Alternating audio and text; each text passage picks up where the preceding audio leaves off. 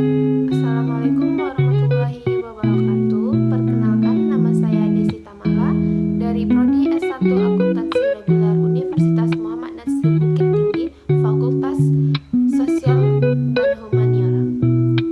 Baiklah, di sini saya akan menjelaskan tentang pajak dan sistem pemungutan pajak. Selamat menyaksikan. Baiklah, di sini saya akan menjelaskan pengertian pajak.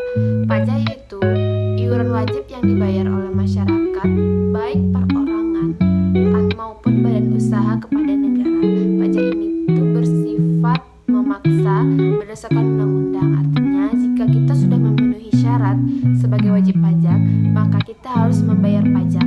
Pajak tidak memberikan imbalan langsung, tetapi hasil dari pajak digunakan untuk membiayai pembangunan dan kebutuhan negara demi kemakmuran masyarakat. Contohnya membangun jalan, sekolah, rumah, dan lain-lain. Baik, di sini saya akan membacakan perbedaan pajak, retribusi, dan sumbangan. Yang pertama, pajak yaitu iuran wajib kepada negara yang tidak ada imbalan langsung. Contohnya pajak penghasilan, pajak pertambahan nilai. Yang kedua ada retribusi, yaitu pungutan yang dilakukan oleh pemerintah daerah dan ada imbalannya langsung dalam bentuk pelayanan. Contohnya retribusi parkir dan retribusi sampah.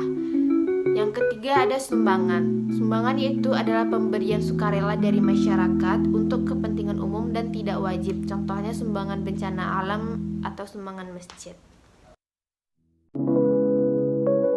Pajak memiliki beberapa fungsi. Yang pertama yaitu fungsi anggaran atau budgeter, yaitu pajak menjadi sumber utama penerimaan negara untuk membiayai pengeluaran pemerintah seperti gaji pegawai, pembangunan jalan, pendidikan, dan kesehatan. Yang kedua ada fungsi mengatur atau reguleran.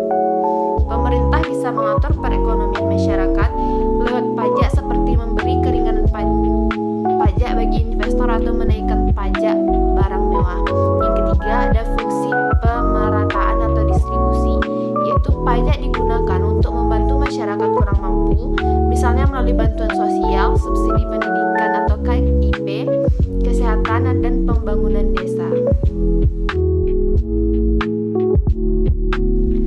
Ada 3 jenis azas pemungutan pajak. Yang pertama yaitu azas domisili.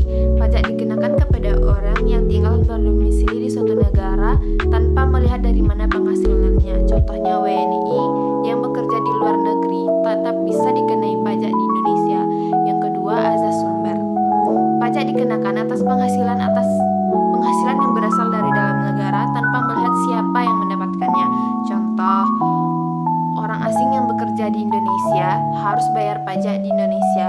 Yang ketiga ada azas kebangsaan.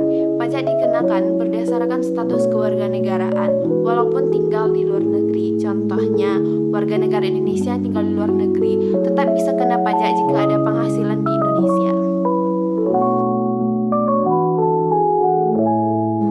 Perlawanan terhadap pajak adalah sikap atau tindakan masyarakat yang menolak atau menghindar dari kewajiban membayar pajak. Terdiri dari 2 jenis. Yang pertama yaitu perlawanan pasif. Tidak membayar pajak karena ketidaktahuan atau kesulitan teknis. Contohnya, petani tidak bisa menghitung penghasilan karena tidak bisa membuat pembukuan. Yang kedua ada perlawanan aktif. Sengaja menolak pajak dengan cara melanggar aturan. Contohnya, tidak melapor pajak dan memalsukan data pajak. Pengelakan pajak atau tax evasion adalah tindakan menyembunyikan penghasilan atau manipulasi data untuk mengurangi atau tidak membayar pajak. Tindakan ini melanggar hukum. Contohnya yaitu pengusaha melaporkan omset lebih kecil dari yang sebenarnya. Yang kedua, menyembunyikan penghasilan agar tidak terdeteksi oleh petugas pajak.